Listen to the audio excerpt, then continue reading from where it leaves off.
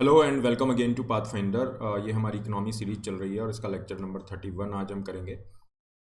This is regarding planning हम करते हुए आ रहे हैं। लास्ट लेक्चर में हमने टाइप्स की बात की थी। जो प्लानिंग के टाइप्स हैं उनकी चर्चा की गई थी।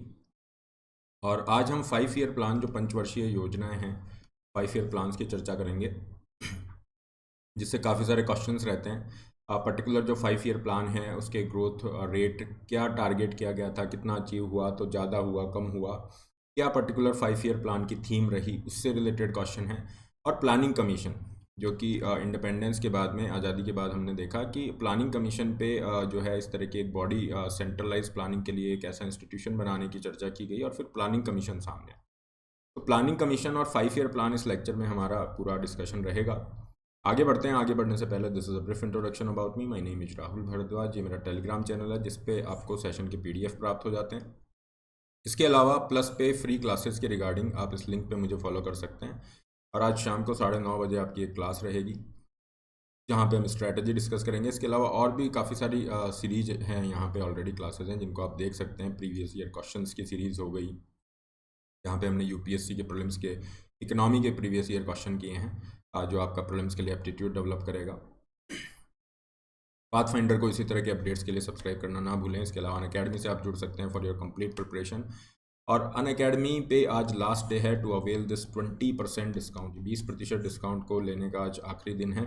सब्सक्रिप्शन के लिए जो लिंक है टेलीग्राम पे आपके मिल जाते हैं, इस वीडियो के डिस्क्रिप्शन बॉक्स में भी आपको मिल जाएगा। और जो बच्चे नए हैं उनको मैं बता दूं, लेक्चर की जो प्ले है वो भी आपको डिस्क्रिप्शन बॉक्स में मिलेगी। मतलब शुरुआत से जो लेक्चर है 1 2 3 4 पूरी इकोनॉमी सीरीज के, वो प्लेलिस्ट आपको मिल जाएगी। अलग अलग आपको ढूंढने की ज़रूरत नहीं है। तो इसी तरह से सब्सक्रिप्शन लिंक भी आपका प्ले डिस्क्रिप्शन बॉक्स में है। Use the code RB Live to get maximum available discount and personalise guidance. इसके अलावा मेंस मेंटरशिप प्रोग्राम, मेंस और ऑप्शनल की जो टेस्ट सीरीज है, इसका बेनिफिट भी आप ले सकते हैं। प्लानिंग कमीशन से शुरुआत करेंगे। देखिए, आज़ादी से पहले, भारत जब आज़ाद हुआ उससे पहले ही अगर हम देखें तो 1930s के अंदर इस पर चर्चा होने लग गई। और जो NPC, नेशनल प्लानिंग जो कमेटी थी 38 के अंदर, जहाँ पे सुभाष चंद्र बोस जो है उनका भी बहुत इंपॉर्टेंट कंट्रीब्यूशन था, वहाँ पे ये डिसाइड किया गया। फिर बॉम्बे प्लान की भी अगर हम चर्चा करें, तो काफ़ी सारे ऐसे प्लान हैं जहाँ पे इस चीज़ को मतलब एक मान लिया गया कि हमें एक ऐसे इंस्टीट्यूशन की ज़रूरत है नेशनल लेवल पे, जो कि प्लानिंग, यहाँ पे प्लानिंग का फंक्शन करे। क्योंकि प्लानिंग का इंपॉर्टेंस हमने देख लिया कि वो गोल यहाँ पे डिसाइड करेगा, उन गोल को कैसे अचीव करना है उसके लिए स्ट्रैटेजी डिसाइड करेगा। तो नेशनल लेवल पे एक ऐसे ऑर्गेनाइजेशन, ऐसे इंस्टीट्यूशन को बनाने का यहाँ पे पहले ही डिसीजन ले लिया गया था। और इसी डिसीजन के रूप के सामने हमारे लिए आता है planning commission. Planning commission of India बनाया जाता है कैबिनेट रिजोल्यूशन से। तो यहाँ पे आप देखोगे प्लानिंग कमीशन ऑफ इंडिया को जो बनाया गया है, कोई कॉन्स्टिट्यूशनल बॉडी नहीं है, इसे याद रखिएगा, ये बहुत पॉपुलर क्वेश्चन होते हैं। ये संवैधानिक निकाय नहीं है। जैसा आप देखोगे इलेक्शन कमीशन है, ठीक है ना, क्योंकि article 324 is there, finance commission is there, article 280 is there. तो उस तरीके से ये कॉन्स्टिट्यूशनल बॉडी नहीं है। दूसरी तरफ है स्टेट्यूटरी। स्टेट्यूटरी बॉडी वो होती हैं जो कि पार्लियामेंट द्वारा पास किए गए कानून के अंतर्गत बनाई गई हैं। पार्लियामेंट ने कोई एक्ट पास किया है उसके अंतर्गत, जैसे competition commission of India, competition commission act 2002 के अंतर्गत बनाया गया। तो ऐसी ये ना तो कॉन्स्टिट्यूशनल बॉडी है, ना ही कोई स्टेट्यूटरी बॉडी है। ये कैबिनेट रेजोल्यूशन के द्वारा पास किया गया, लेकिन इसका जो फंक्शन है, इसका जो डोमिनेंस है, वो बहुत बहुत ज़्यादा है। इवन हम देखेंगे कि प्लानिंग कमीशन जो है, कॉन्स्टिट्यूशनल बॉडी जो कि फाइनेंस कमीशन है, उसको भी कहीं ना कहीं उसके फंक्शन के अंदर भी आपका मतलब उसका पावर कम हो जाता है और प्लानिंग कमीशन की पावर ज़्यादा बढ़ती हुई देखी जाती है। क्या काम रहेगा? To take over the responsibility of planning, plan का फॉर्मुलेशन करना, गोल को सेट करना, रिसोर्स का ऑप्टिमम यूटिलाइजेशन देखना, उनको कैसे इम्प्लीमेंट किया जाएगा, उनका रिव्यू करना, ये सारे जो टेक्निकल मैटर्स हैं वो प्लानिंग कमीशन ने अपने पास लिए। और ये जो बॉडी है आपकी एक्स्ट्रा कॉन्स्टिट्यूशनल है, ये हमने देख ही लिया है, मतलब कॉन्स्टिट्यूशन में इसका कहीं मेंशन नहीं है। नॉन स्टेट्यूटरी बॉडी भी है, एडवाइजरी बॉडी की तरह ये काम करेगी। गवर्नमेंट ऑफ इंडिया को जो भी इम्पॉर्टेंट इश्यूज़ हैं डेवलपमेंट के लिए, उसके ऊपर ये यहाँ पे एडवाइस करेगी कि ऐसा करना चाहिए, लोगों की हेल्थ कैसे इंप्रूव की जा सकती है, उसके लिए कोई प्लान है, कोई स्कीम है, ओवरऑल इकोनॉमिक डेवलपमेंट कैसे किया जा सकता है, रीजनल इनइक्वालिटीज़ को कैसे कम कर सकते हैं। तो जो भी इकोनॉमिक डेवलपमेंट के मुद्दे हैं उनके ऊपर सरकार को यहाँ पे एडवाइस करने का काम करेगा। थिंक टैंक की तरह डेफिनेटली ये काम कर रहा है, क्योंकि ये डिवाइस करेगा कि अच्छा स्ट्रैटेजी, मतलब कैसे हमें अचीव करना है, क्या स्ट्रैटेजी अच्छी हो सकती है, कैसे इसके इम्प्लीमेंटेशन को बेहतर बना सकते हैं। जहाँ तक प्लानिंग कमीशन की चर्चा करें, जो प्राइम मिनिस्टर हैं इसके चेयरमैन होते हैं, और डेप्यूटी चेयरमैन जो है यहाँ पे अलग से रहेंगे, जिनको अपॉइंट यहाँ पे किया जाएगा। Main function of deputy chairman was to coordinate the work of the commission, क्योंकि देखिए प्लानिंग कमीशन जो है इसका ओवरऑल ऑब्जेक्टिव तो इकोनॉमिक डेवलपमेंट है, लेकिन अब आपको मान लीजिए हेल्थ केयर पे वर्क करना है, हेल्थ केयर पे वर्क करना है, तो यहाँ पे डेफिनेटली हेल्थ मिनिस्ट्री या उससे रिलेटेड डिपार्टमेंट है, उनके साथ तो आपको तालमेल बिठाना ही पड़ेगा। इसके अलावा हम बात करें सैनिटेशन है, ठीक है, सैनिटेशन है, ड्रिंकिंग वाटर है, ये ऐसे एस्पेक्ट हैं जो हेल्थ पे इम्पैक्ट डाल रहे हैं, तो वहाँ कहीं ना कहीं ये जो दूसरे डिपार्टमेंट्स हैं उनसे भी आपको कोऑर्डिनेट करने की ज़रूरत है। तो ओवरऑल हम देखेंगे कोऑर्डिनेशन का काम है, ये भी ये कर रहा है। had an open provision for the number of its membership other than 6 union cabinet minister, जो कि इसके एक्स ऑफिशियो मेंबर रहेंगे, और एक मेंबर सेक्रेटरी भी यहाँ पे रहेंगे। तो ये कंपोजिशन की हमने चर्चा की, कुछ कैरेक्टरिस्टिक की हमने बात की प्लानिंग कमीशन के। ऑटोनॉमस बॉडी रही, शुरुआती दौर में हमने देखा प्लानिंग कमीशन एक सिंपल बॉडी के रूप में बनाया गया, इंस्टीट्यूशन के रूप में, लेकिन जवाहरलाल नेहरू जी के टाइम पीरियड में ही ये इतना स्ट्रांग हो गया कि उन्होंने खुद कहा कि ये अपने आप में एक नया डिपार्टमेंट टाइप बन चुका है ना, इतने सारे यहाँ पे एक्सपर्ट हैं, ब्यूरोक्रेट्स हैं, तो ये अपने आप में एक बहुत इंपॉर्टेंट रोल ले चुका था, ब्यूरोक्रेटिक पॉइंट ऑफ व्यू से भी काफ़ी बड़ा हो गया था, और धीरे धीरे इसका इन्फ्लुएंस भी हमने बढ़ता हुआ देखा, डिमांड फॉर ग्रांट्स हो गया, ठीक है ना, it was included in the budget demand for the cabinet secretariat. तो काफ़ी जगह पे जहाँ पे फाइनेंस कमीशन को रोल प्ले करना था, उसकी जगह प्लानिंग कमीशन ने ली, और प्लानिंग कमीशन की तरफ से दी जाने वाली जो ग्रांट्स हैं वो यहाँ पे इम्पॉर्टेंट होने लग गई। इसको लेकर डिबेट भी चलती है कि एक कॉन्स्टिट्यूशनल बॉडी है, इसकी जो पावर्स हैं उसको आप एनक्रोच कर रहे हैं, खैर वो एक अलग विषय है। कमीशन के पास एग्जीक्यूटिव पावर्स हैं कि किस तरह से जो स्कीम्स हैं इनका इम्प्लीमेंटेशन बेहतर बनाया जा सकता है। इसकी सीट योजना भवन रही, और पूरा स्टाफ रहेगा, है ना, एक तरह से रिसर्च ऑर्गेनाइजेशन के रूप में ही काम कर रहा है, स्ट्रेटजीज़ को डिवाइस कर रहा है, कोई स्कीम बनाई जा रही है तो उसमें कैसे अच्छे से इम्प्लीमेंटेशन किया जा सकता है। तो प्लानिंग कमीशन को यहाँ बनाया गया क्योंकि इंडिया ने ये डिसाइड किया कि हम जो है एक तरह की कमांड इकोनॉमी के रूप में जाएंगे, सेंट्रली प्लान्ड इकोनॉमी के रूप में जाएंगे, और डेमोक्रेटिक सोशलिज्म है, मतलब सोशलिस्ट एस्पेक्ट ज़्यादा डोमिनेट रहेंगे। इसका मतलब है कि स्टेट का रोल ज़्यादा रहेगा, लेकिन मार्केट फोर्सेस को भी हमने अलाउ किया। तो इसी के साथ प्लानिंग कमीशन का ये ऑब्जेक्टिव यहाँ पे रहा। फंक्शन अगर हम देखें प्लानिंग कमीशन के, तो ये असेसमेंट करेगा रिसोर्सेज का कि हमारे पास किस तरह के रिसोर्सेज हैं, और रिसोर्सेज का असेसमेंट होगा, उसके बाद ही उनका ऑप्टिमम यूटिलाइजेशन हम कर सकते हैं। ये उसी तरह से है, मान लीजिए आपको अपनी इनकम पता नहीं है, क्या इनकम है, so how do you suppose to plan कि मुझे कहाँ पे कितना खर्चा करना है। तो ये मटेरियल रिसोर्स हो, कैपिटल हो, या फिर ह्यूमन रिसोर्सेज हो, इनका असेसमेंट करता है और इस हिसाब से प्लान फॉर्मुलेट करता है। एक्स्ट्रा रिसोर्सेज की जरूरत है, मान लीजिए कैपिटल और चाहिए तो उसका अरेंजमेंट कैसे होगा, ये सारी चीज़ें प्लान को फॉर्मुलेट किया जाएगा ताकि जो जितने भी रिसोर्सेज हैं उनका इफेक्टिव यूटिलाइजेशन किया जा सके।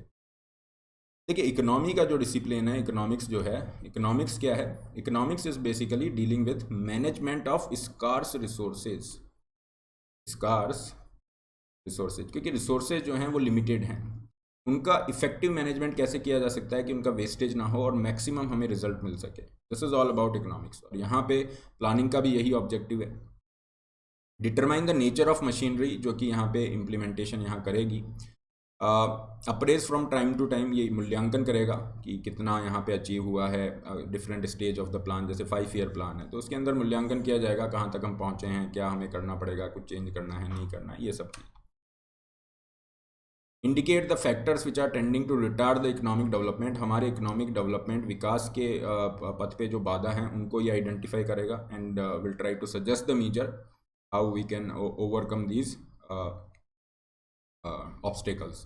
To monitor the plan implementation, plan के इम्प्लीमेंटेशन को मॉनिटर करना, देखना कि जैसा हम चाह रहे हैं उस तरह से चल रहा है या नहीं चल रहा है तो क्या इश्यूज़ हैं, कैसे इनको सॉर्ट आउट कर सकते हैं।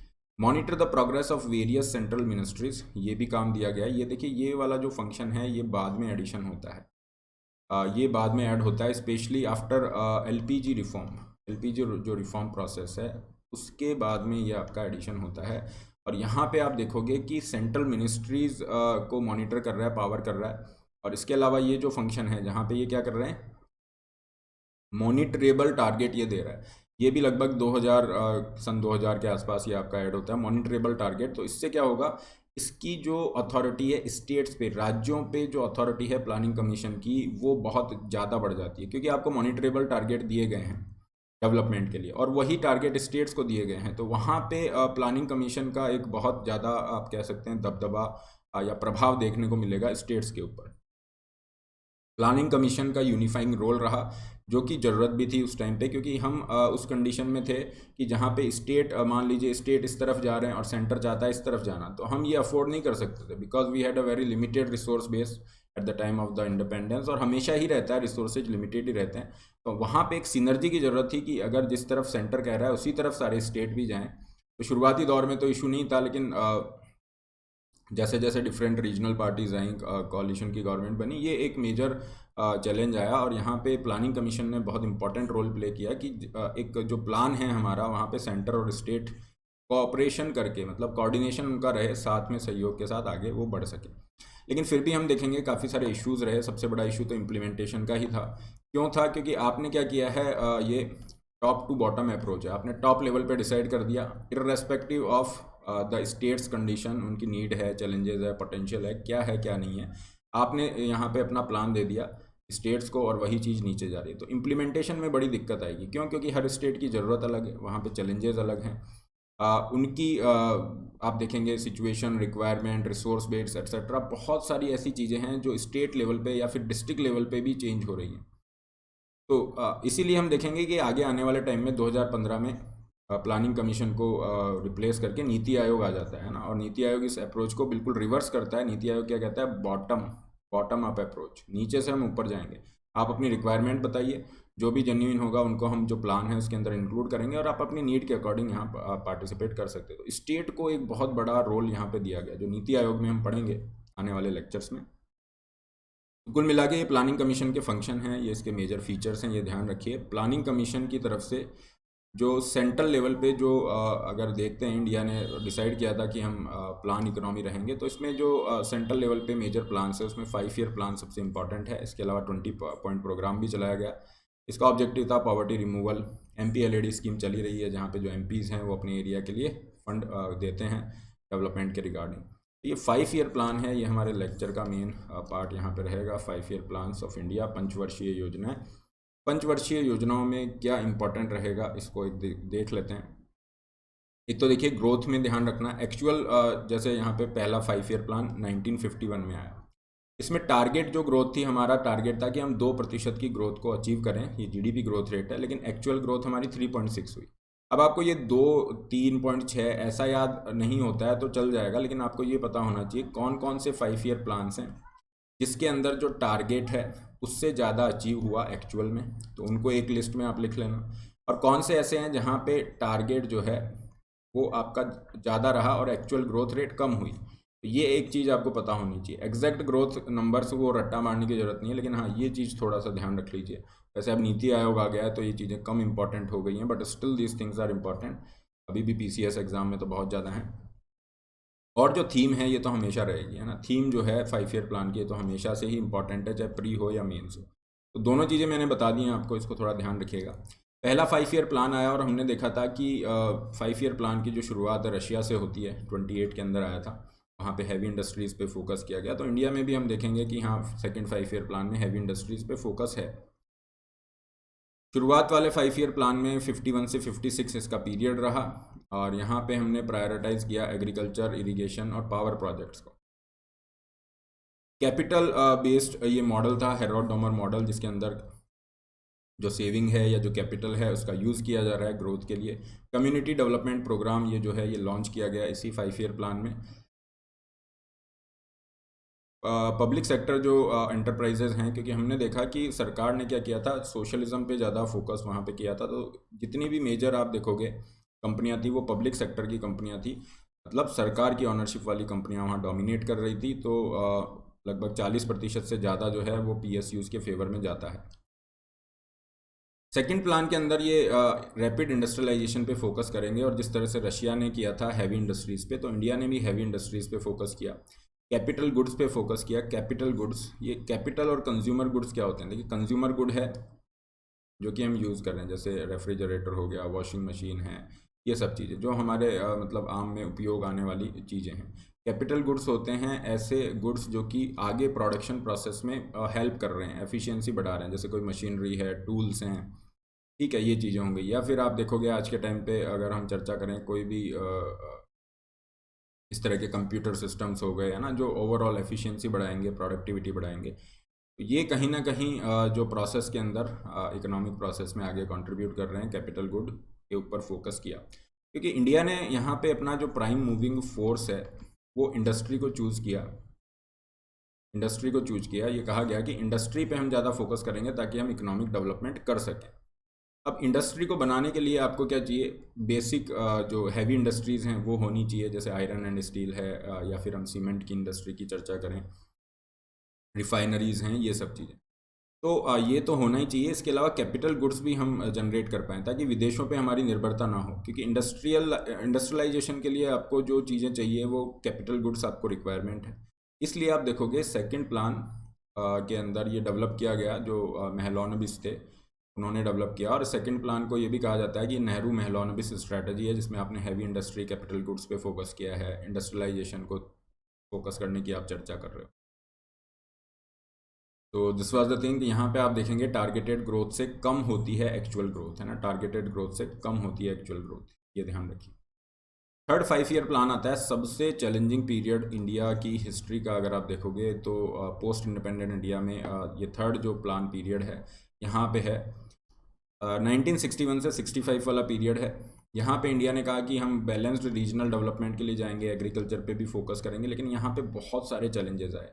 दो तो इंडिया ने वॉर्स लड़ी, 1962 में इंडो चाइना वॉर हुई, 1965 में इंडिया और पाकिस्तान की वॉर होती है, और इसके अलावा 65-66 के अंदर बहुत बुरा यहाँ पे जो है एक सूखा पड़ता है और ये अकाल का रूप लेता है। तो इतने सारे चैलेंजेस एक साथ इस प्लान में आए, इसलिए आप देखोगे कि हमने टारगेट तो किया था 5.5% का और मिल रहा है 3% से भी कम। और ऑब्वियस रीज़न है ना, बहुत मतलब रिसोर्सेज जो हैं वो आपके वॉर लड़ रहे हो, युद्ध लड़ रहे हो, तो वहाँ पे चले जाएंगे। और भी बहुत सारे इसके चैलेंजेस होते हैं। Due to heavy drain and diversion of funds this plan utterly failed to meet its target. और यहाँ पे हमारा जो पूरा प्लानिंग प्रोसेस है इसको भी एक बहुत बुरा झटका लगता है। और आप देखोगे अगले 3 साल तक कोई 5 ईयर प्लान यहाँ पे नहीं आता है। हालांकि स्ट्रैटेजी बन गई थी, लेकिन हमारे पास इतना फंड नहीं था और बहुत सारे अलग चैलेंजेस थे, इसलिए पंचवर्षीय योजना में ये एक ब्रेक आया, जिसे एक्सपर्ट कहते हैं कि ये प्लान हॉलीडे है। हालांकि एनुअल प्लान आए हर साल, एक एक करके 1 साल के लिए हमने प्लान किया, लेकिन एक्सपर्ट कह रहे हैं वो जो 5 साल वाला पंचवर्षीय योजना वाला जो हमारा ये था, ये इसका मतलब कंटिन्यूटी टूट गई और इसको प्लान हॉलीडे नाम दिया गया। ये है आपका 66 से 69 वाला पीरियड। यहाँ पे 3 एनुअल प्लान आएंगे। अब यहाँ पे आप देखेंगे कि हमने जो इससे पहले वाला पीरियड है वहाँ पे हमने फूड शॉर्टेज फेस की थी, क्योंकि अकाल पड़ा था, बहुत बड़ा सूखा पड़ा था। और यहाँ पे हमारी जो डिपेंडेंस थी फूड की, वो विदेशों पे हमारी निर्भरता थी। जैसे आप PL 480 प्रोग्राम देखेंगे तो USA से हम वीट, गेहूं जैसी चीज़ इंपोर्ट किया करते थे। आज इंडिया एग्रीकल्चर कमोडिटीज़ में नेट एक्सपोर्टर है, और वीट के अंदर तो इंडिया को सब यही कह रहे हैं कि आप हमें वीट दे दीजिए, गेहूं भेज दीजिए। इंडिया ने अभी एक्सपोर्ट बैन किया है, तो WTO कह रहा है नहीं, आप एक्सपोर्ट बैन मत करिए। तो खैर आज सिचुएशन अलग है, उस टाइम पे ऐसा नहीं था। उस टाइम पे तो हम खुद इंपोर्टर थे, आयात करना पड़ता था। और फिर हमने देखा कि फूड सिक्योरिटी को हमें ध्यान में रखते हुए सबसे पहले फूड ग्रेन जो है उसके अंदर सेल्फ रिलायंट होना पड़ेगा। और ये जो आइडिया है हमारा, जो ग्रीन रिवोल्यूशन है, उस पर फोकस बढ़ता है। वाइट रिवोल्यूशन है, ग्रीन रिवोल्यूशन है। और ग्रीन रिवोल्यूशन, हरित क्रांति का मतलब है कि जो फूड ग्रेन प्रोडक्शन है उसके अंदर बहुत तेज़ी से इंक्रीज, 200 से 300% की इंक्रीज किसके अंदर, प्रोडक्शन के अंदर, ये देखा गया बहुत कम समय में। तो आप देखोगे 60s के अंदर जो ग्रीन रिवोल्यूशन है पहले वीट पे होता है, और 70s के अंदर आपका राइस के अंदर भी प्रोडक्शन में बढ़ोतरी होती है। तो ये हरित क्रांति या ग्रीन रिवोल्यूशन आपका रहा, और एग्रीकल्चरल स्ट्रेटजी को इम्प्लीमेंट यहाँ पे किया गया, जिसके बहुत ज़्यादा फ़ायदे भी रहे। इसके बाद फोर्थ प्लान हमने यहाँ पे डिक्लेयर किया, 69 से 74, ये फोर्थ प्लान पीरियड है। तो ये प्लान के पीरियड्स भी आप थोड़ा याद रखिए, क्योंकि बीच में गैप आ गया है, फिर हम देखेंगे आगे और गैप्स रहेंगे। तो ये थोड़ा सा आइडिया रख लेना, स्पेशली 1991 वाला जो प्लान है वो थोड़ा ध्यान रखिए। Based on the Gadgil strategy, ये गडगिल स्ट्रैटेजी क्या थी? यहाँ पे एक फार्मूला दिया गया कि कैसे जो है स्टेट्स को डिस्ट्रीब्यूट किया जाएगा, है ना। जो फंड है सेंट्रल की तरफ से, जो असिस्टेंस है, वो किस बेसिस पे डिस्ट्रीब्यूट की जाएगी।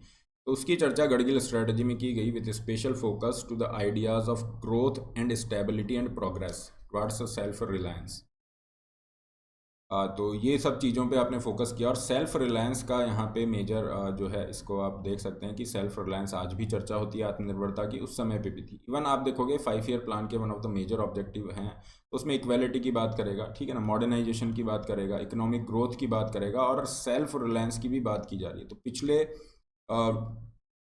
70 सालों से आप देखोगे self reliance was one of the major objective as far as economic development, या हमारा जो मेजर फोकस एरिया था। ऐसा नहीं है, आज ही है, आज थोड़े मायने इसके अलग भी हैं। तो ये रहा, इंडो पाकिस्तान की वॉर होती है 71 वाली, और यहाँ पे भी फाइनेंशियल पॉइंट ऑफ व्यू से देखोगे तो रिसोर्सेज कम रहेंगे, और इसीलिए 4th 5 ईयर प्लान में आप देखोगे टारगेटेड ग्रोथ से कम ग्रोथ रेट देखने को मिल रही है। यहाँ पे एक और इम्पॉर्टेंट चीज़ होती है, अब क्या होगा, पॉलिटिसाइजेशन स्टार्ट हो जाएगा। प्लानिंग जो प्रोसेस है, इसका पॉलिटिसाइजेशन स्टार्ट हो जाएगा। इसका क्या मतलब है, यहाँ पे जो प्लानिंग की जा रही है उससे कैसे हम पॉलिटिकली एडवांटेज ले सकते हैं ना, वो भी एक चीज़ ध्यान में रखी जाने लगी। और आज भी देखेंगे कहीं ना कहीं जो पार्टीज़ हैं ना, वो जिस सेक्शन को टारगेट करना चाहती है, तो वहाँ पे प्लानिंग में भी एक एक्स्ट्रा फोकस रहता है। काफ़ी सारे इश्यूज़ यहाँ पे रहे, डबल डिजिट इन्फ्लेशन हमने फेस की, क्लियर। और आप देखोगे ये इश्यूज़ ही आगे जाके इमरजेंसी, क्योंकि प्रोटेस्ट होते हैं काफ़ी सारे, जेपी मूवमेंट है जो बिहार मूवमेंट था, और वो पूरे ऑल इंडिया के अंदर लग जाता है। फिर जेपी जो हैं वो संपूर्ण क्रांति की बात करते हैं, फाइन। तो डबल डिजिट इन्फ्लेशन है, बहुत ज़्यादा महंगाई है, unread increase in the physical deficit मतलब सरकार पे कर्जा बढ़ता जा रहा है ना। Subsidy induced higher non plan expenditure, सरकार जो है अपने खुद के ही चीज़ों को चलाने के लिए, एडमिनिस्ट्रेशन को चलाने के लिए, सब्सिडी देने के लिए, पेंशन सैलरी देने के लिए बहुत ज़्यादा यहाँ पे उधार ले रही है, खर्चा कर रही है।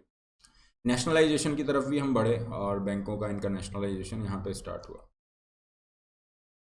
4th प्लान के बाद जब हम 5th प्लान में यहाँ पे एंट्री करते हैं, ओके, 5th प्लान में आपकी एंट्री होगी, तो यहाँ पे ये नारा दिया गया, पॉवर्टी एलिविएशन। हालांकि प्रॉपर स्लोगन देखोगे तो आगे चर्चा होगी इसकी, आगे वाले 5 ईयर प्लान में भी होगा, जिसमें गरीबी हटाओ है। लेकिन गरीबी हटाओ का स्लोगन की बात नहीं करें, इस आइडिया की चर्चा करें, तो ये फोकस में 5th प्लान में ही आ गया था। Poverty alleviation and self reliance, ये दोनों ही सेंट्रल आइडिया थे 5वें जो पंचवर्षीय योजना थी उसकी। 20 point programme with same objectives, ये भी लॉन्च कर दिया गया, क्योंकि एक यहाँ पे डेडिकेटेड पुश चाह रहे थे कि पॉवर्टी को कैसे हटाया जाए। और आरबीआई को इन्फ्लेशन ज़्यादा थी, आरबीआई को नया फंक्शन दिया गया कि अब आपकी जिम्मेदारी है कि कैसे जो महंगाई है उसको आप कंट्रोल करते हो, कम करते हो। टारगेटेड ग्रोथ से ज़्यादा यहाँ पे 5th 5 ईयर प्लान में हमें देखने को मिलती है, और ये जो है प्रिपेयर किया गया था धार के द्वारा, डीडी धार के द्वारा। दो मेजर ऑब्जेक्टिव यहाँ पे हैं, पॉवर्टी इरेडिकेशन और सेल्फ रिलायंस। इसको याद रखिएगा, ये इंपॉर्टेंट है, इसकी थीम 5वें 5 ईयर प्लान की। इमरजेंसी आपकी डिक्लेयर हो जाती है, काफ़ी सारे चेंजेस होते हैं। देखिए इस 5th 5 ईयर प्लान में आप देखोगे इन्फ्लेशन का इशू था, अनएम्प्लॉयमेंट था, महंगाई थी, और सरकार के सामने और भी कई चैलेंजेस होते हैं, पॉलिटिकल क्राइसिस होता है, और एक जो मूवमेंट बिहार में स्टार्ट होता है वो पूरे ऑल इंडिया का अंदर फैल जाता है, और सरकार को यहाँ पे इमरजेंसी डिक्लेयर करनी होती है, और इमरजेंसी 75 में इमरजेंसी डिक्लेयर होती है, आपातकाल लगता है। द प्लान वाज टर्मिनेटेड, और ये प्लान को जब नई गवर्नमेंट आती है, 78 के अंदर नई गवर्नमेंट आती है, तो इस प्लान को टर्मिनेट कर देती है। और पहली बार होता है कि कांग्रेस के अलावा कोई दूसरी यहाँ पे कोalition की गवर्नमेंट आ रही है, और ये रोलिंग प्लान लेके आती है। रोलिंग प्लान कंपैरेटिवली होते हैं, कम समय के लिए होते हैं, और फ्लेक्सिबल होते हैं, इनको काफ़ी ज़्यादा चेंज और इस तरीके से किया जाता है। तो रोलिंग प्लान का कॉन्सेप्ट यहाँ पे आता है। हालांकि गवर्नमेंट टिक नहीं पाती, और 78 में आ रही है, और वापस से 1980 में नई सरकार बनती है, वापस इंदिरा गांधी जी की सरकार बन जाती है। और ये लोग क्या करते हैं, जो इन्होंने ये निकाला था, है ना, रोलिंग प्लान निकाला था, तो उसके सालों को एडजस्ट करते हैं। तो 78 9 तो 79, ये तो 5th प्लान में एडजस्ट हो जाएगा। तो रोलिंग प्लान के लिए केवल एक ही साल बच रहा है, क्योंकि 1980 से 85 6th 5 ईयर प्लान में चला गया, और 79 तक यहाँ पे है। तो आप अगर देखोगे 79 से 80 यही केवल बचा हुआ है रोलिंग प्लान के लिए। वैसे इन्होंने 3 साल का ये किया था, और सिक्स्थ प्लान यहाँ पे हमारे पास बनता है 78 से 83 वाला, ये जो था जिसकी ये रोलिंग प्लान के रूप में चर्चा कर रहे थे, तो इसको ये हटाया इन्होंने और यहाँ पे ये नया सिक्स्थ प्लान ये बनेगा जो 5 ईयर प्लान कहलाएगा। ये 1980 से 85 तक है। हालांकि जो जनता गवर्नमेंट आई उन्होंने कुछ नए आइडियाज़ इंट्रोड्यूस करने का प्रयास किया। जैसे आप देखेंगे कि प्राइस कंट्रोल करिए क्योंकि महंगाई बहुत ज़्यादा है, और इमरजेंसी में हमने देखा था ये भी एक मेजर रोल प्ले कर रहा था। पब्लिक डिस्ट्रीब्यूशन सिस्टम को रिवाम्प करना, स्मॉल स्केल कोटेज इंडस्ट्री पे ज़्यादा फोकस करना, और पंचायती राज इंस्टीट्यूशन, अगर हम सभी को देखें सबसे इम्पॉर्टेंट इसमें तो पंचायती राज इंस्टीट्यूशन पे ये जो है बहुत ज़्यादा फोकस यहाँ पे इन्होंने किया। फिर हम चर्चा करेंगे सिक्स्थ जो प्लान है 1980 से 85 है, और यहाँ पे जो स्लोगन है गरीबी हटाओ का, ये बहुत ज़्यादा पॉपुलर हुआ। शिफ्ट हमें देखने को मिलता है इंडस्ट्रियलाइजेशन से एग्रीकल्चर के ऊपर, है ना। यहाँ पे भी जो एक्चुअल ग्रोथ है ये ज़्यादा है टारगेटेड के कंपैरिजन में। इसका रीज़न भी हम देखेंगे क्योंकि यहाँ पे ये कहा गया कि क्यों ना हमें जो कैपिटल की रिक्वायरमेंट है हम वो उधार लें, और बाहर से भी उधार लेना फिर धीरे धीरे स्टार्ट हुआ, और हम देखेंगे कि हमारे ऊपर कर्जा बहुत ज़्यादा हो जाता है ना आने वाले टाइम में, और फिर 90 वाला जो क्राइसिस है वहाँ तक पहुँचे। लेकिन इस प्लान की अगर हम बात करें तो शिफ्ट देखने को मिलता है इंडस्ट्रियलाइजेशन से इंफ्रास्ट्रक्चर के ऊपर। तो इस प्लान की जो थीम है इंफ्रास्ट्रक्चर एक बहुत इंपॉर्टेंट चीज़ है जिस पे फोकस कर रहे हैं, क्योंकि अभी तक हमने देखा था कहीं पे एग्रीकल्चर की बात हो रही है, कहीं पे इंडस्ट्री की बात हो रही है। अब यहाँ पे ये कर रहे हैं कि इंफ्रास्ट्रक्चर जो है ये कहीं ना कहीं इकोनॉमिक एक्टिविटीज़ को बहुत ज़्यादा बूस्ट करेगा, जैसा आज भी देखा जाता है। काफ़ी सारे प्रोग्राम्स आपके लाए गए एम्प्लॉयमेंट जनरेशन के लिए। नेशनल रूरल एम्प्लॉयमेंट प्रोग्राम है, ठीक है, और यही जाके आगे जवाहर जो रोजगार योजना है उसमें इसको रिवाम्प करेंगे। इंटीग्रेटेड रूरल डेवलपमेंट प्रोग्राम है। तो ये प्रोग्राम कौन से प्लान में लॉन्च किए गए ये थोड़ा सा याद रखिए। सबसे ज़्यादा फाइनेंशियल एलोकेशन एनर्जी सेक्टर को दिया गया, जो कि आपका क्या है इंफ्रास्ट्रक्चर का ही पार्ट है। एनर्जी सेक्टर को सबसे ज़्यादा आपने एलोकेशन यहाँ पे दिया। Plan gave emphasis on socio economic infrastructure in the rural areas. तो सोशल इकोनॉमिक इंफ्रास्ट्रक्चर है मतलब हेल्थ केयर, एजुकेशन, इन सब पे फोकस करेंगे। वेलफेयर पे भी सरकार काफ़ी ज़्यादा खर्चा कर रही थी, और कहीं ना कहीं गरीब जो लोग हैं उनकी स्टैंडर्ड ऑफ लिविंग को इम्प्रूव करना, और इन सब रीजन्स की वजह से आप देखेंगे गवर्नमेंट का जो खर्चा है वो बढ़ता गया, है ना। तो गवर्नमेंट के ऊपर कर्जा बढ़ता जाएगा, कर्जा बढ़ता जाएगा। और ये 7th जो 5 ईयर प्लान है 1985 से 90 वाला, यहाँ पे हम देखेंगे काफ़ी सारे चैलेंजेस हमारे सामने आते हैं। फाइन, काफ़ी सारे चैलेंजेस हमारे सामने आएंगे। इस प्लान के अंदर जो एक्चुअल ग्रोथ है ये भी ज़्यादा देखने को मिलेगी, क्योंकि कैपिटल हम उधार लेके प्रोडक्शन बढ़ा रहे थे, ठीक है, तो ग्रोथ तो हो रही थी, लेकिन उसके नेगेटिव कॉन्सिक्वेंसेस भी धीरे धीरे आना सामने होंगे।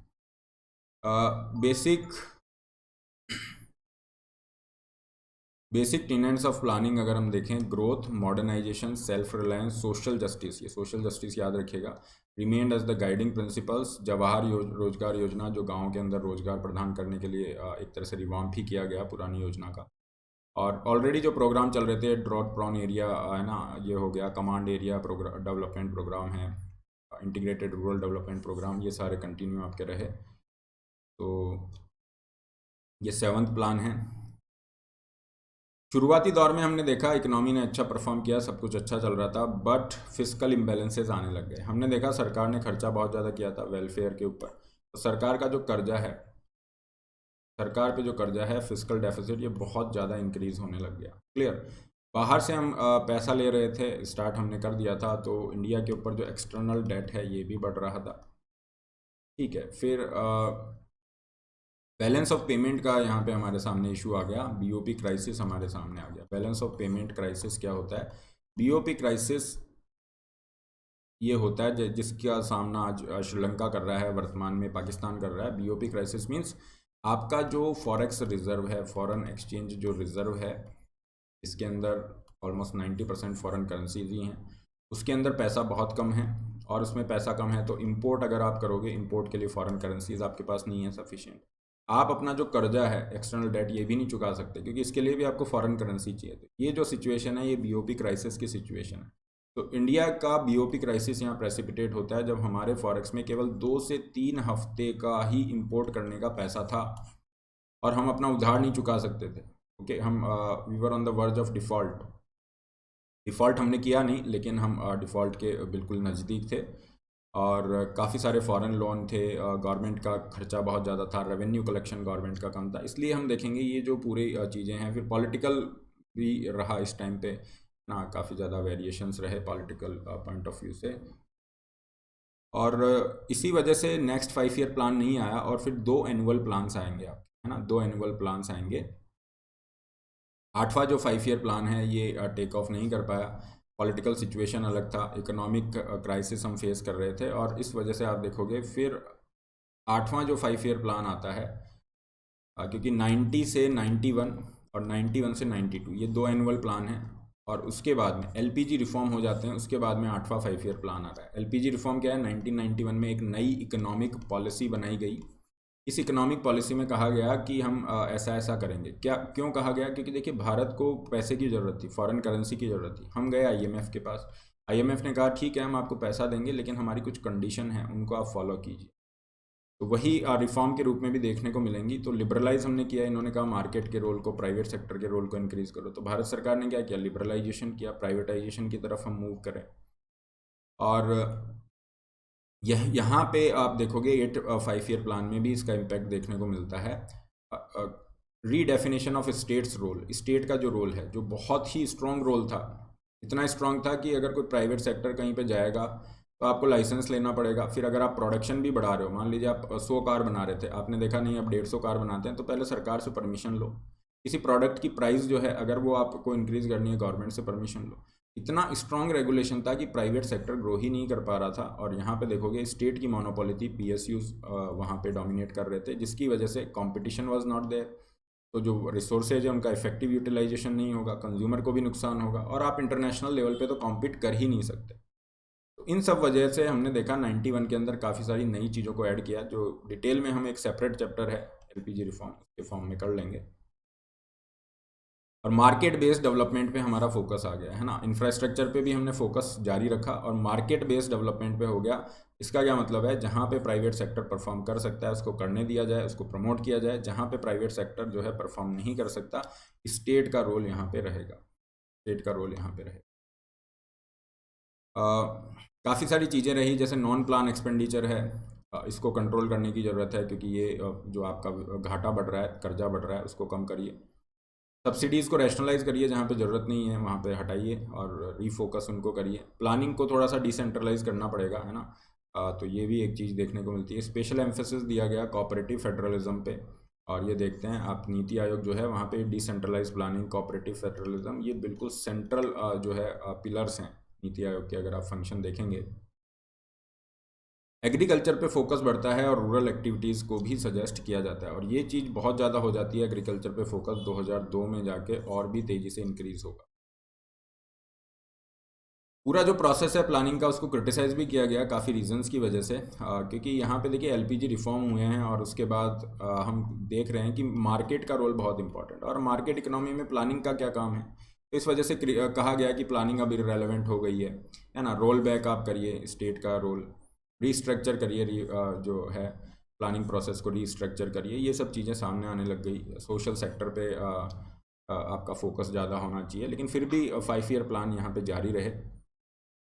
9th जो प्लान है 97 से 2002, यहाँ पे भी बहुत सारे चैलेंजेस देखने को मिलेंगे, क्योंकि देखिए करगिल वॉर थी, साउथ एशिया में economic crisis, south east Asia के अंदर इकोनॉमिक क्राइसिस था, जिसकी वजह से भी इश्यूज़ रहे, क्योंकि ग्लोबलाइज हो चुका था इंडिया। और इसका जो प्रभाव था, जो ग्लोबल स्लो डाउन था, या फिर हमारा जो वॉर लाइक सिचुएशन जैसा रहे, तो हम देखेंगे एक्चुअल जो ग्रोथ रेट है ये कम है। हाँ, इस कारण से ये कम है। बेसिक मिनिमम सर्विस पे फोकस यहाँ पे किया गया, और ये बेसिक मिनिमम सर्विसेज क्या हैं, आप देखोगे जो भी हमारी आम आवश्यकताएं हैं, रोटी कपड़ा मकान हो गया, या फिर safe drinking water, health care, fine, education, housing, nutritional support, connectivity to villages, public distribution system, ये जो बेसिक मिनिमम सर्विसेज है इस पे काफ़ी ज़्यादा हमने फोकस रखा। और 2002 तक, 2 के बाद में इंडिया की इकोनॉमी वापस से बूम करना स्टार्ट करेगी। ये जो 10th प्लान है 2002 से 2007 वाला 10वां जो 5 ईयर प्लान है, इसकी अगर हम चर्चा करें तो काफ़ी सारे यहाँ पे एम्बिशियस टारगेट रखे गए। और देखिए टारगेटेड ग्रोथ भी 8% रखा है, मतलब बहुत एम्बिशियस है, बट एक्चुअल ग्रोथ कम है। एग्रीकल्चर सेक्टर को प्राइम मूविंग फोर्स यहाँ पे डिक्लेयर कर दिया, ये सबसे इंपॉर्टेंट चीज़ है। 2002 के अंदर 10th 5 ईयर प्लान में इन्होंने क्या किया, प्राइम मूविंग फोर्स मतलब कौन सी वो चीज़ रहेगी जो इंडिया के इकोनॉमिक डेवलपमेंट को लीड करेगी। तो शुरुआती दौर में 1947 के बाद हमने इंडस्ट्री को लिया था, लेकिन वो उल्टा पड़ गया, इंडस्ट्रियलाइजेशन नहीं हो पाया उस गति से, क्योंकि इंडस्ट्रियलाइजेशन के लिए आपको रिक्वायर्ड कैपिटल चाहिए, बहुत सारा पैसा चाहिए, उसके लिए कैपिटल गुड्स चाहिए, उसके लिए हैवी बेसिक इंडस्ट्रीज़ का डेवलपमेंट चाहिए, उसके लिए इंफ्रास्ट्रक्चर आपको चाहिए। तो ये सब चीज़ें अभाव के अंदर थी, हमारे पास नहीं थी। और कई क्रिटिक्स तो ये भी कहते हैं कि अगर हमने 1947 में फोकस कर लिया होता एग्रीकल्चर पे, तो एग्रीकल्चर पे फोकस करते तो रूरल एरिया के अंदर इनकम बढ़ती रूरल एरिया में, तो उससे जो एक्स्ट्रा सरप्लस कैपिटल है उसको इंडस्ट्री में इन्वेस्ट करते, फिर जो इंडस्ट्री गुड्स बना रही है उसको लोग खरीद पाते, क्यों, क्योंकि रूरल एरिया में लोगों की इनकम बढ़ रही है। लेकिन हमने ये नहीं किया, हालांकि इस पर अभी भी डिबेट होती है, जबकि चाइना ने इसी तरह से किया। चाइना ने पहले एग्रीकल्चर को किया, रूरल एरिया में डेवलपमेंट हुआ, वहाँ पे रूरल एरिया में सरप्लस कैपिटल हुआ और वहीं पे कंजम्पशन बढ़ने लग गया, जिससे उनकी इंडस्ट्री ग्रो करने लग गई। फिर इंडस्ट्री को आपने देखा मार्केट ओरिएंटेड किया, कंपटीशन किया, और इंटरनेशनल लेवल पे आज आप देख सकते हैं चाइना वर्ल्ड की सेकेंड लार्जेस्ट इकोनॉमी है, जो एक समय पे इंडिया से पीछे था। तो ये सब चीज़ें रही और एग्रीकल्चर का फोकस सामने आता है। 10th प्लान है, सोशल सेक्टर मतलब education, health care, sanitation, water, इन पे भी फोकस रहेगा। 11th 5 ईयर प्लान है, इसके अंदर जो इंक्लूसिव ग्रोथ का आइडिया है ये बहुत ज़्यादा डोमिनेंट है, इसको याद रखिएगा।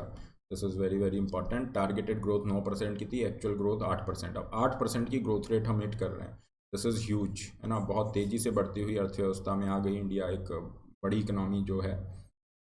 यहाँ पे इन्फ्लेशन का कंसर्न रहा, क्योंकि देखिए ग्रोथ ज़्यादा है तो इन्फ्लेशन भी जनरली ज़्यादा आपको देखने को मिल जाती है। और strong rupees making export earnings shrink fast, क्योंकि अगर आप देखोगे रुपया जो है उसकी वैल्यू यहाँ पे अगर फॉरेन करेंसी के कंपैरिजन में इम्प्रूव होती है, जिसे हम कहते हैं अप्रिसिएशन, तो एक्सपोर्टर्स को नुकसान होता है, और अगर कम होती है जिसे हम कहते हैं डेप्रिसिएशन, तो एक्सपोर्टर्स को फ़ायदा होता है। क्योंकि अगर रुपया कमज़ोर हो रहा है तो जो हमारे एक्सपोर्ट हैं वो सस्ते हो जाते हैं, तो सस्ते हो गए तो कॉम्पिटिटिव हो गए, इसलिए एक्सपोर्ट इंक्रीज़ हो जाता है। लेकिन इम्पोर्टर्स जो हैं उनको नुकसान होगा, बात तो वही है। फूड ग्रेन आपके महंगे होना स्टार्ट हो गए, ऑयल प्राइसेस बढ़ना स्टार्ट हो गई, और जिसकी वजह से ये कुछ इश्यूज़ यहाँ पे क्रिएट हुए। फिर आता है लास्ट और 12th 5 ईयर प्लान। ये 12वां जो 5 ईयर प्लान है, ये लास्ट 5 ईयर प्लान था और ये पूरा भी नहीं हो पाया, क्योंकि देखिए आप 2012 से 17 इसको बनाया गया, ठीक है। और आप देखेंगे 2015 के अंदर ही नीति आयोग आता है और रिप्लेस कर देता है प्लानिंग कमीशन। क्लियर। और आगे जो हमारे चैप्टर आएंगे उसमें नीति आयोग को भी हम पढ़ेंगे। जहाँ तक 12th 5 ईयर प्लान की बात है, ये इंक्लूसिव ग्रोथ पे ही भी फोकस करता है। इसकी थीम थी faster, sustainable and more inclusive growth, ठीक है। तो इंक्लूसिव ग्रोथ पे क्यों ये फोकस कर रहे हैं, क्योंकि यहाँ पे ये देखा गया कि 91 के अंदर जो एलपीजी रिफॉर्म्स लाए गए थे, जिसमें मार्केट फोर्सेस डोमिनेटेड थे, है ना, डोमिनेट कर रहे थे। तो मार्केट फोर्सेस जब डोमिनेट कर रहे थे, हमने देखा कि उसकी वजह से इनइक्वालिटीज़ बढ़ रही हैं, इनइक्वालिटीज़ आपकी बढ़ रही हैं, और गरीब अमीर के बीच की खाई बढ़ रही है। तो डेफिनेटली हमें यहाँ पे ऐसी ग्रोथ के लिए जाना होगा। ग्रोथ रेट हमारी तेज ज़्यादा थी, अच्छी थी, लेकिन उस ग्रोथ को इंक्लूसिव बनाना, मतलब हर सेक्शन वहाँ पे कंट्रीब्यूट कर सके, अपॉर्चुनिटीज़ का फ़ायदा उठा सके, और उससे होने वाले फ़ायदे सब तक पहुँचे। इस तरह की ग्रोथ पे हमने फोकस करने का प्रयास किया। तो ये पूरी पंचवर्षीय योजनाओं की आपकी समरी है, 5 ईयर प्लान्स की। प्लानिंग कमीशन की हमने चर्चा की, आने वाले लेक्चर्स में हम नीति आयोग और इन सबको भी देखेंगे। सेशन का PDF आपको यहाँ पे प्राप्त हो जाएगा, और इसके अलावा अनअकैडमी से आप जुड़ सकते हैं, जो आपको देता है 1 point solution for your complete preparation. क्यों 1 पॉइंट सॉल्यूशन है, क्योंकि आपको प्रिपरेशन के लिए चाहिए जो भी राइट गाइडेंस है ना, टॉप फैकल्टीज़ हैं, तो वो आपको यहाँ पे मिलती हैं। टाइम बाउंड मैनर में आपका सिलेबस कंप्लीशन हो, ये भी यहाँ मिल रहा है। आंसर राइटिंग, टेस्ट सीरीज जैसे resources, complete study material printed form में, ये सारी चीज़ें आपको यहाँ पे एक जगह पे मिल जाती हैं। जीएस और जितने भी ऑप्शनल हैं उनका एक्सेस आपको कॉम्बो सब्सक्रिप्शन के माध्यम से मिलता है, ये कॉम्बो की फ़ीस है। और केवल जीएस ले रहे हो तो ये केवल जीएस की फ़ीस है। ये आइकॉनिक सब्सक्रिप्शन है, आइकॉनिक के कुछ एक्स्ट्रा बेनिफिट्स हैं, जैसे लाइव मेंटरशिप का बेनिफिट है। और नए बैचेस आपके अभी 29 तारीख से ही स्टार्ट हुए हैं, और अभी आपको सब्सक्रिप्शन पे 20% फ्लैट ऑफ दिया जा रहा है, जिसका आप बेनिफिट ले सकते हैं। केवल ऑप्शनल की ये फ़ीस है। काफ़ी सारे नए ऑप्शनल स्टार्ट हो रहे हैं जिनका आप फ़ायदा ले सकते हैं। डाउट क्लैरिफिकेशन के लिए भी पूरी टीम है। 0% EMI ऑप्शन भी आपको मिलता है, और हर संडे आपका फ्री स्कॉलरशिप टेस्ट होता है, मेगा कॉम्बैट, संडे को सुबह 11 बजे रहता है। इसका लिंक डिस्क्रिप्शन बॉक्स में है, आप इस पर क्लिक करके एनरोल कर सकते हैं using the code RB Live। अच्छा परफॉर्म कर रहे हैं तो आपको मैकबुक हो गया या फिर आईपैड मोबाइल, ये सब चीज़ें मिल जाती हैं। एग्ज़ाम में भी बहुत हेल्प करती हैं ये। मतलब जो क्वेश्चंस यहाँ पे आप करते हैं वो एग्ज़ाम में भी काफ़ी रेलेवेंट आपके लिए रहते हैं। आर्टिकुलेट मैगजीन भी आप ले सकते हैं। पाथफाइंडर की जो करंट अफेयर की टेस्ट सीरीज है, हर सैटरडे शाम 5 बजे इसका फ़ायदा भी आप उठा सकते हैं। This is all, don't forget to like share subscribe. All the best, have a great day.